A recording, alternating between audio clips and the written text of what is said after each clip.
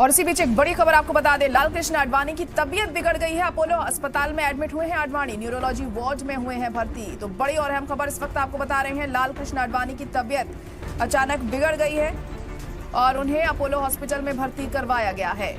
Neurology ward में उन्हें भर्ती किया गया है। तो अहम खबर इस वक्त आपको बता रहे हैं, न्यूरोलॉजी वार्ड में भर्ती हुए हैं लालकृष्ण आडवाणी। तो लालकृष्ण आडवाणी की तबीयत बिगड़ने के चलते उन्हें हॉस्पिटल में एडमिट करवाया गया है। उनकी तबीयत नासाज चल रही थी और थोड़ी दिक्कतों का सामना उन्हें करना पड़ रहा था। काफी हेल्थ इश्यूज उनके सामने आ रहे थे, जिसके चलते अब वो अपोलो हॉस्पिटल में एडमिट हुए हैं। न्यूरोलॉजी वार्ड में उन्हें भर्ती किया गया है।